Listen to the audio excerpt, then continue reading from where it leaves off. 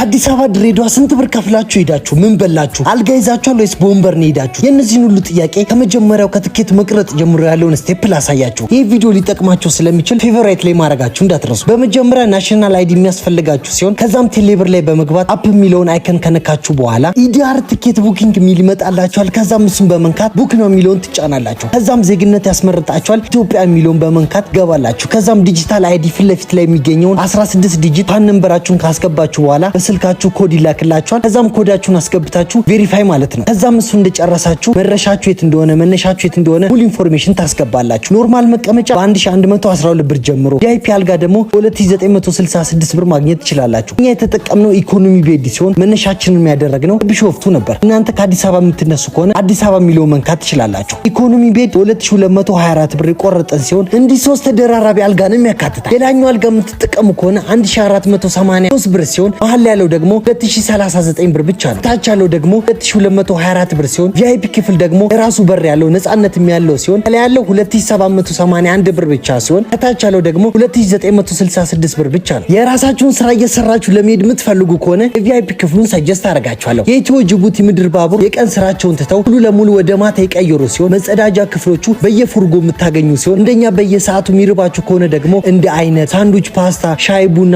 እነዚህን ሁሉ በተመጣጣኝ ዋጋ ማግኘት ትችላላችሁ። የባቡሩ መነሻ ሰዓት 3 ሰዓት ሲሆን ቼኪን ደግሞ 1 ሰዓት ላይ ነው። በሰዓት ጉዳይ ቀልድ ስለማያውቁ ቀደም ብላችሁ ብትሄዱ ሰጀስት አደርጋችኋለሁ። በስተመጨረሻም የፍቅር ሀገር ወደሆነችው ተናፋቂዋ ድሬ ጧት 1 ሰዓት ላይ ደርሰናል። ጥያቄ ካላችሁ ኮሜንት ሴክሽን ላይ አሊያም ኢንቦክስ አድርጉልኝ። የኢትዮ ጅቡቲ ምድር ባቡር ሰራተኞች በሙሉ ከልብ አድርገን እናመሰግናለን። ሁሌም እንዲህ አይነት መረጃ ሰጪ ቪዲዮ እንደርሳችሁ ይህን አካውንት ፎሎ ማድረጋችሁ እንዳትረሱ። ናፍቀሽ ነበር ድሬ፣ ይሄው መጣሁልሽ።